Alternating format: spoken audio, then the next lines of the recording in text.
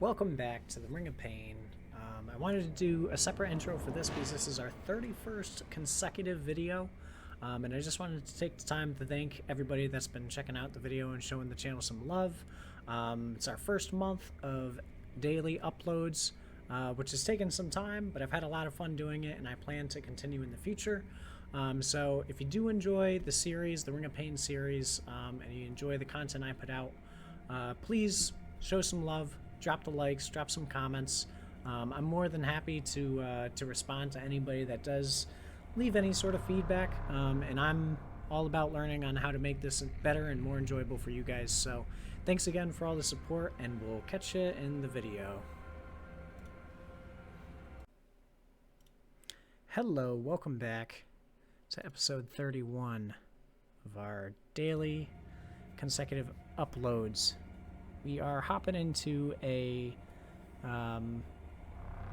dark stone hard run here, and as you could probably tell, I am voicing over this once again because in this particular case, somehow I just totally muted my mic before hopping in, so as you can see, or hear rather, the game sound is still there, but all my voice is gone. So we're just gonna go through this the same way we did with the last one. This took me a long time to record, quite a few attempts, mostly because I kept getting put in situations where I just wasn't able to build any defense. For me, that kind of highlighted the importance of building defense, especially early on. I kept getting items where, you know, we would have maybe 7 attack, 12, 13 speed, but no defense. So we would just get one shot by some of the lesser, you know, aggressive monsters even in the dungeon, like the rot hounds and even the gnawlings were doing 2 to 3 damage. I forget exactly. But anyways, we got a pretty good start going for us here. We got a chaotic underwear, which I think is a item worth mentioning.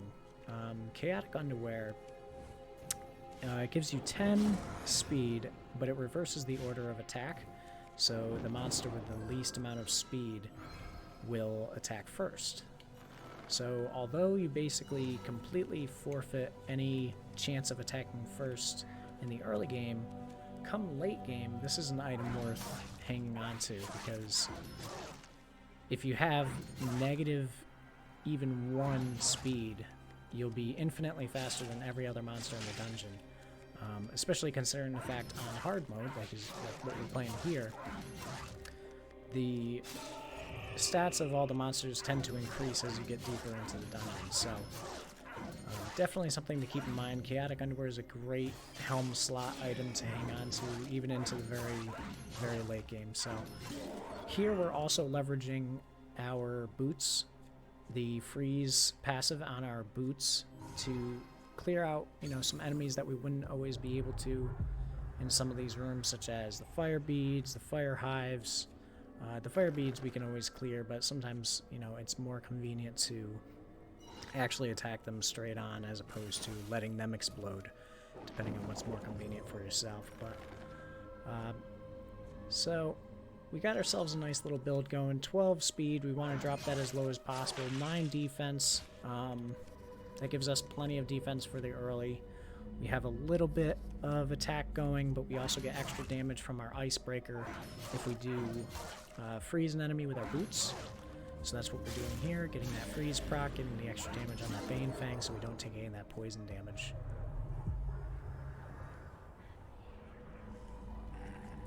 Alright, so another thing that I've definitely been realizing more so in these higher difficulty runs is that the bile bags really start to cause you issues if you let them gang up on you. 1 or 2 bile bags with a leaky bile bag thrown in the mix will totally derail a run for me sometimes, just because you're taking anywhere from 3 to 5 damage per turn, even just approaching them. And depending on which side of the dungeon they're on, if they're all lined up, the closer you get, the more damage they do, because they, you know, you get within range of each of the other bile bags. So Definitely something to watch out for. Camouflage, the purple mask, is definitely a solid pickup for the mid to late game. Again, that's potentially an item that you could keep all the way through to the end of the game. There's some, there's some item slots that are more important to, excuse me, fill with heavy passive, like, or how do I want to put that? To fill with items that find their strength through passives as opposed to their stats, which I guess kind of contradicts what I want to say here, but for something like a mask or a helmet, sometimes you can hang on to, or even boots, sometimes you can hang on to a lower rarity item for the sake of setting yourself up better in the late. So, we're approaching our first blue item here. We'll take our little heal there from our cure, and we get a living core set, which was a huge boost to my confidence in this run this early on. There's really nothing bad about living core set besides the fact that I was going to say you don't get any defense, but I think you get defense and clarity. Or maybe it's HP and clarity. I forget off the top of my head. Obviously, you guys can go back and check. But there's always a stat that I want it to have that it doesn't. So that sometimes feels a little lackluster, but the fact that it's a blue item gives you 2 healing per kill is great for any build that doesn't involve killing with poison. And as of right now, we're not killing with poison. So my whole game plan at this point was, I know I can dump speed. I have good HP. My defense is right now. We're getting to the point where I want to get a couple more points in it. But I can dump speed, so I don't need to pick up any items concerning speed, which totally changes your build right there. And then, in conjunction with that, any stats that we pick up later on in the dungeon, any of the large stats, I can just dump it all into attack, HP, defense, whatever I think I want. So here we're thinking about this white item. Decide not to pick it up. Mainly because we're getting close to the souls required for our first purple chest. And sometimes you get lucky. You'll get a purple chest early on in the dungeon. Here I'm just paying attention to where these fire beads are, because I've been kind of pinching myself a lot recently, which is something I don't normally do. But sometimes that just comes from also, doing recordings back to back to back to back to back, and sometimes losing several of them. You get a little mentally exhausted at times. But I know I have a bunch more free attacks on that enemy because I have the defense to nullify his damage completely. So I utilize him to grab me some more freeze procs here with our boots. I do see that I have a purple item in this room, which is fantastic. I think it's only room 5. We're in the in-between. We're in like one of the specialty rooms. So I head back, grab my last couple attacks, and kind of realize here, well, I can't get the freeze, but I kind of want the souls, so we'll just take the damage and heal up. And then this is a perfect example of being able to dump that speed. I don't care about losing the speed, so I don't even need to give it a second thought. It was just HP or attack there. And we get our first purple item, which is going to be Plague. And Plague, you just can't go wrong. Poison damage is incredibly strong. It wasn't always, at least in my opinion, back when the game was first released, poison seemed very lackluster. You had like shorts, poison, poison dagger, and maybe poison. I don't know if Plague is an OG item. It may have come a little bit later on. But Plague is just, it really is just incredible for taking out mobs that you don't want to attack. It does, what, 6 plus 5 is already 11, plus 4 is 15, plus 3 is 18, plus 2 is 20. So it does like 21 damage worth of poison damage. As long as you have the space within the room to move around, you can kill nearly any enemy with Plague itself.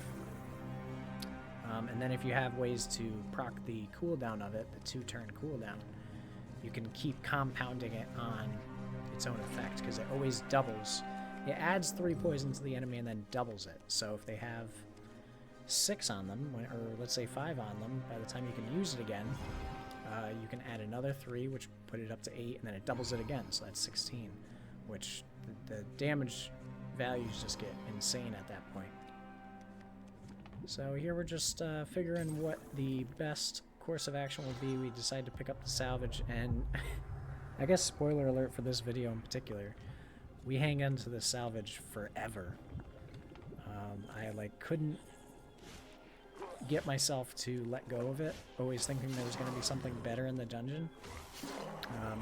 Because for something like an overgrowth, right, that's a blue rarity or a rare rarity item, and it would only give you, I think it only gives you 20 souls if you salvage an item like that. So I was like, I don't want to waste salvage on 20 souls. There'll be something better later on, you know, a purple I can't afford or whatnot. I knew I was going to get the purple in here, so all we had to do was clear out some of these enemies.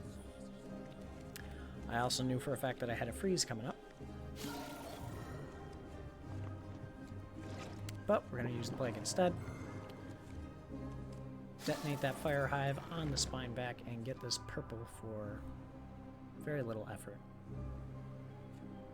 I was thinking about Memoir because the salvage would have been nice to have 2 of. That's, you know, a fair amount of souls to stack up. And then here we decide to get rid of our freeze boots, and this was kind of a tough decision. We didn't have enough to re-roll. I spent the 75 on the initial chest, so I thought to myself, well, we have decent damage now. We have 17 attack. The extra damage that we get from freezing an enemy isn't really a huge deal. And if we're able to kill things fast enough with just our normal attacks anyways, then we really don't need the freeze proc all that much. It definitely didn't feel the best to just toss away, but I was pretty confident in our ability to move forward without it. It is a white item after all. I don't necessarily prefer sneaky over them as far as the passive goes, but the stats were nice. The 4 HP definitely felt good. Room 7 around now is when I'd like to see myself in the mid-20s for HP, which is right where we're at. So here we beef up our defense because we're kind of feeling a little squishy. And this is a situation where I should have used my salvage. I didn't.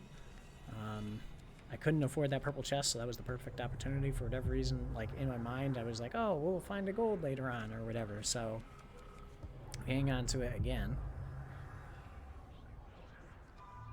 Find ourselves a sight sphere, which I was a little hesitant to take, mainly because we were going to lose the defense, but it did give some nice clarity, some nice HP.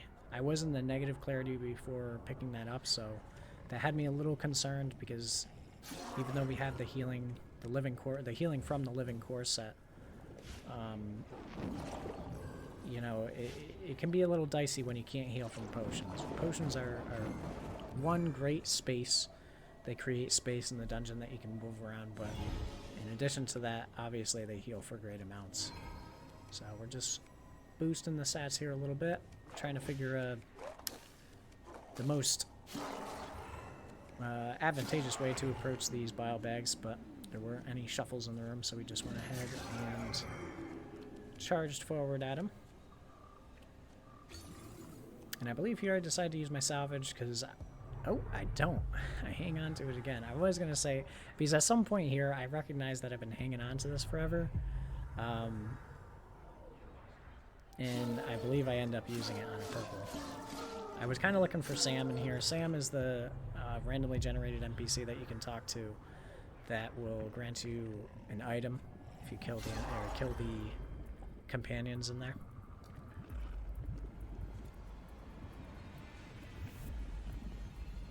So here I was figuring out how exactly I wanted to handle this. I didn't know how much, at this point I didn't know how much damage the Nash was going to do. And I also was testing out there whether or not after poisoning that fire hive, if I moved to the right of it, if the move action of the loom bird would push it back behind it and then it would explode, but that wasn't what happened. It ended up exploding in my face, which wasn't a huge deal because I knew I had the potion here. I wasn't overly concerned with the damage I was going to take. The Nasher kind of got me worried, but we were able to take him out pretty easily and pick up this loot scrounger as well. sitting at 15 defense, 15 attack right now. We're slowly pushing that speed down. Most enemies we didn't have to worry about whether we were going to attack first or not. Oh, I ended up using it on, right, I ended up using it on the cursed bounty there for this cursed potions. I knew I wouldn't be able to really leverage those right now anyways, or at least I didn't want to take the risk. So quick pause there, I just hit the bathroom. But now we're back, and this was kind of an interesting room. So I knew I could drop my plague on the explosive enemy to my left to get the souls for that, but there was a bunch of stuff on the right that I knew I could pick up. So we decided to pick up the Quaking Hammer here. Great item for this build. It obviously supplements our damage very, very well as reduces our speed by a ton, which got me into a very comfortable range for our speed. We picked up the explosion. We pick up this stat. Right here, I'm trying to think through how many moves I have before those doors close on, or the stone walls open up on me. And then I wanted to leave a card down so that I could detonate this fire hive. So now I can move away, I avoid the damage. And then I was also kind of greedy here for these souls, so I wanted to try and think through, okay, if I use my detonate, and then I also attack him, now the splash damage will keep me nice and close, and I can just move right through. And I think we actually do end up going for this, because we still have one move, yep. And we succeed it. We grab some more clarity to kind of reward that cursed chance there, the cursed resistance. Nothing real special in here.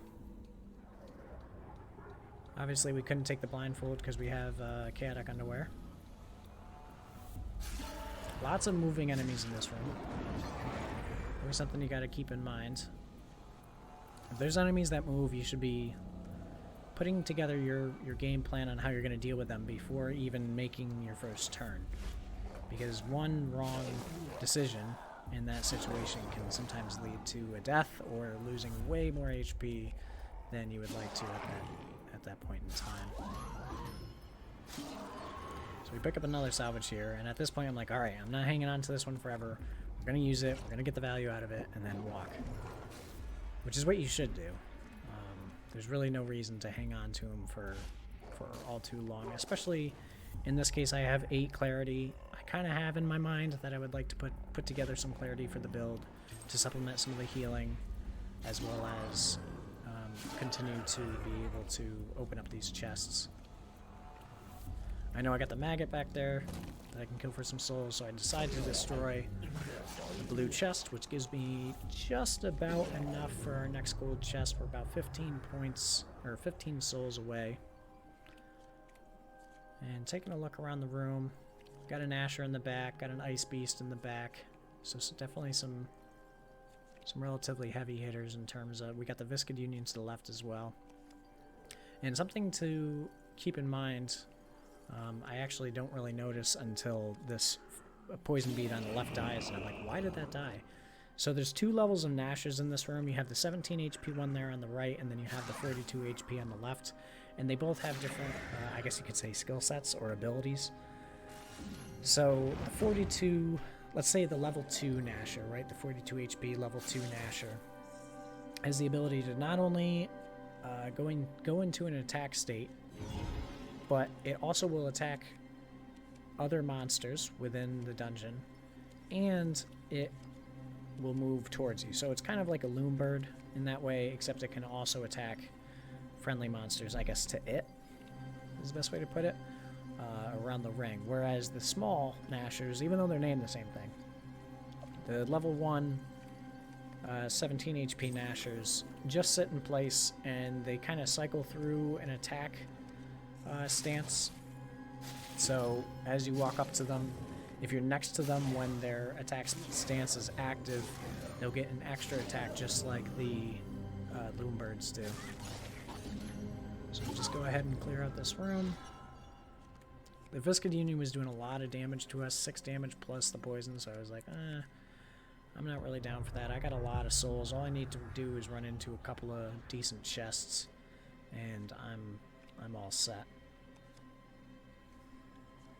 Excuse me.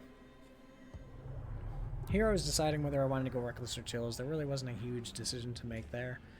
I haven't been taking chills mostly because, for whatever reason, I'm just inherently intimidated a little bit by chills. Because I know I can have the ancient ice beast monster in there, which isn't like crazy by any means, but I always just am afraid I have freeze in my build and don't recognize it somewhere, so I often stay away from chills, but I don't think there's really any reason to. I should start to go into chills more, because it could definitely, you know, net me some different experiences. Because each room kind of plays a little bit differently, like, you know, besides the monsters that will spawn in them, like this is a reckless, so there's always loonbirds, or volatile, where there's always, I think there's always, in volatile, it's, I think, a mixture of poison enemies and bile bags, or a quick approach are the whatever that hairy entangle monster is, plus the lunging spikes. You know, they all have their different kind of monster selections that are always within those rooms, but there's also some things that vary. Like in, oh my god, I'm forgetting the name of it now. I want to say a close encounter, but I don't think that's it. There's 1 to 2 scroungers that almost always spawn, so you can, you know, kind of play around that. But here we're just working through some of these stat items. We grabbed the next purple, and I was thinking about Power Glove here.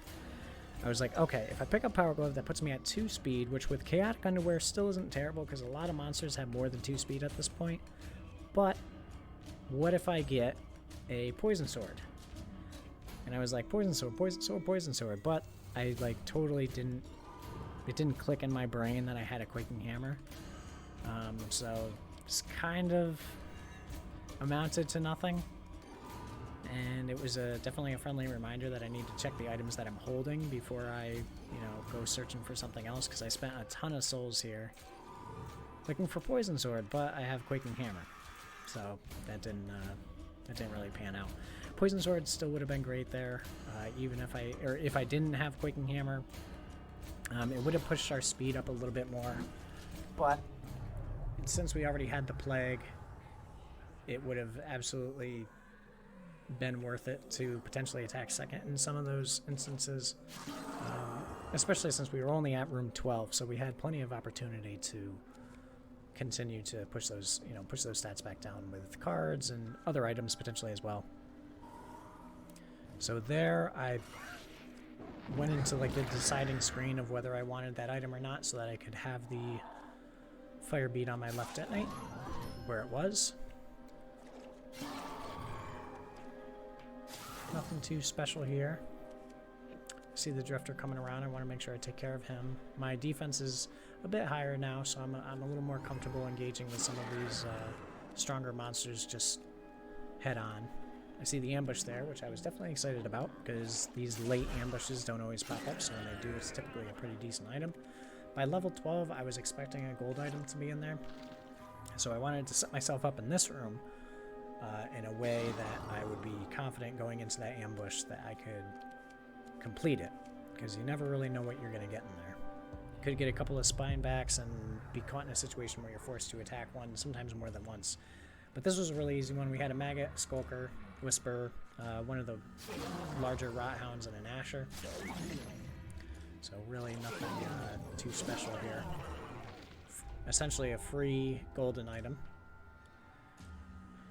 And then we get Changeling Belt. So I've only recently been kind of dabbling in this item, and I've come to realize it's very, very strong. Being able to manipulate stat boost potions scrolls into a different one of the same rarity, but varying cursed or not, is great for being able to leverage how you want to build out your stats in the late game, what kind of scrolls you want to guarantee going into the very end game when you decide, you know, whether you want to fight the owl or take on the light path, as well as just being able to change any stat or potion into a non-cursed version. So we get another free gold here straight out the gate. We had a bunch of souls, so I figure I might as well open it now. Help prepare myself for this room. That's what it is. It gives you living course that gives you HP and clarity, where I always want it to give me defense. I think I only want it to give me defense though because the card's blue. Is that crazy? I don't know. It's just like a color association thing. Anyways, we pick up the stacked plate. We're up to 40 defense. So I know at this point I'm good on defense. Like, even if I stay at 40, I should be able to kill or fight everything within the room without too much of a problem. And I may not be able to really fight the owl, but I'm not too concerned about it. I thought this amalgam was going to be totally out of control, but lucky for me, he was not. But my concern was here, can we kill this thing fast enough to keep that scrounger from exiting the room? And if we didn't change this scroll to an explosive and use it right here, we actually wouldn't have been able to. So the changeling belt, I mean, right off the rip there, gave us a pretty essential tool to help us maximize the amount of resources that we were able to pull from this room. So have a couple more stat boosts we can use. That was this monster is what I was talking about, the hairy one that ensnares you. It does lower your attack by a considerable amount, so something to keep in mind. I actually, this whole time I was watching the hollower behind me, I wasn't even paying attention to how much damage I was doing to this thing. I was like, oh, I hope I have enough attacks to kill this hollower just by attacking this, whatever it is. And it just totally didn't even occur to me. You're only doing 1 damage. Like, you're not gonna kill him before that hollower dies. We actually killed everything in the room before he died, so.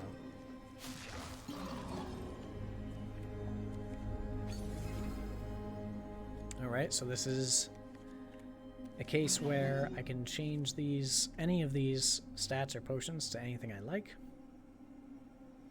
So I'm kind of thinking here, is this what I want? I go for attack, and then this was just a single upgrade, which at this point in the dungeon, I was like, that's a waste. I can get 3 to 5 points out of this thing, so I'm going to manipulate it until I can. So we pick up more attack, and the reason we're picking up all that attack is because we already have all the defense we need. I could have played that a little bit better so that we could have gotten a non-cursed potion and switched that stat to what I wanted it to, but since I left nothing but the door and the potion at the end, I wasn't able to move anywhere, so I couldn't continue to re-roll that potion. So even though we just picked up all the attack, we decided to pick up some petrified damage here through Ascension. Excuse me, and the reason for that is because we have so much HP right now that it'll be a nice supplement to all the other kind of non-direct damage, indirect damage that we have. So having a little bit of poison, having a little bit of petrified, you work that health or that HP bar down from both sides. It definitely works very nicely together. Here's the lunging spines I was talking about. That spawn in a quick approach. We swap that scroll to a key there, grab the potion. And here, I didn't really recognize it. I should have killed the owl there. It would have saved us a couple of points. I'm actually pointing it out right there, because with how we're set up, we have a lot of splash damage. We have really, really good tankiness. Lots of HP. We have the plague, so we can stack that up consistently. There was really no reason for us to go the light path for this run. So we're just kind of working our way through these last couple of rooms, seeing if there's any... I was really keeping my eye out for a gold scroll. I wanted to swap out whatever gold scroll we got for a final form, considering that gives us some more splash damage and obviously just great stats. The thing is, though, you do have to be careful whenever you're doing one of these dump stat builds, and I did this the other day. It ended up taking me like almost a half hour to kill the owl, because I had the insidious boots, which give me poison damage upon having negative attack, and then right before the final room, I had a final form on me, went into the owl side and used my final form, and it put me into positive attack So I lost all my poison damage, which basically screwed my run. It took me forever to kill the owl because I had to do like 1 damage at a time and just kind of pecking away at him. With like the 10 splash damage that I had from final form, and then I don't even know what else. Maybe I had a plague, but it wasn't a fun time. So that was a good learning lesson for me. Final form isn't just like a cover-all answer to everything. We were actually working here on changing this purple stat just to see what we would get. I didn't really know what I wanted. The weekend was great. Always feels good to be able to shred some of that defense.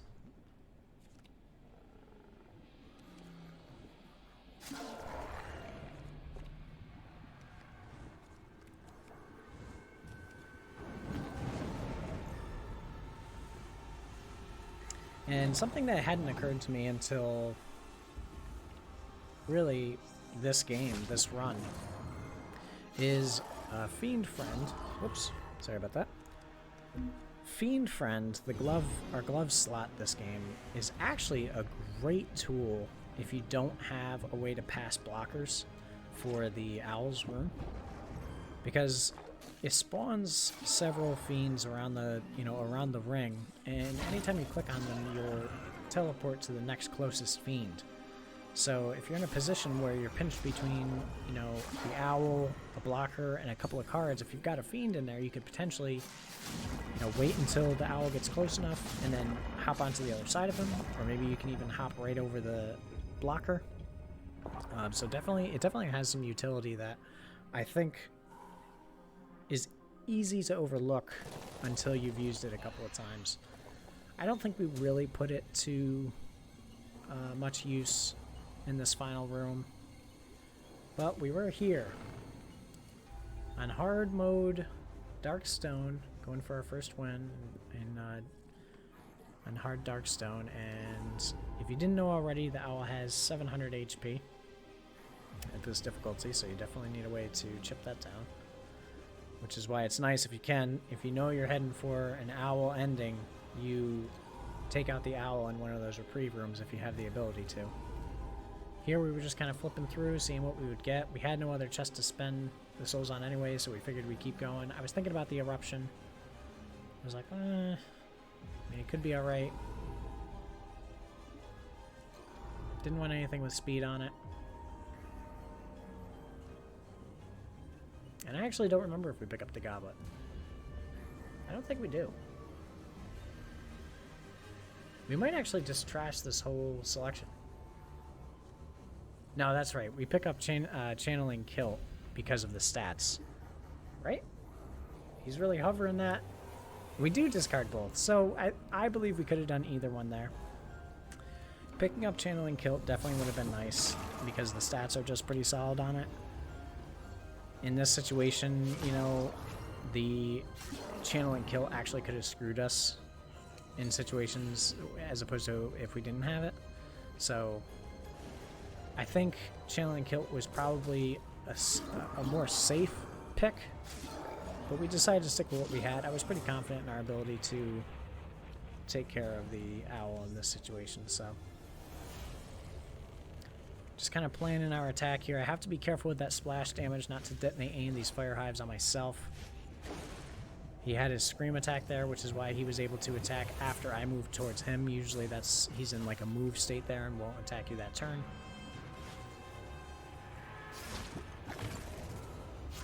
Now we're getting real low on enemies here. So if you haven't figured out already, as far as I know, and maybe this is incorrect, maybe it's a combination of things,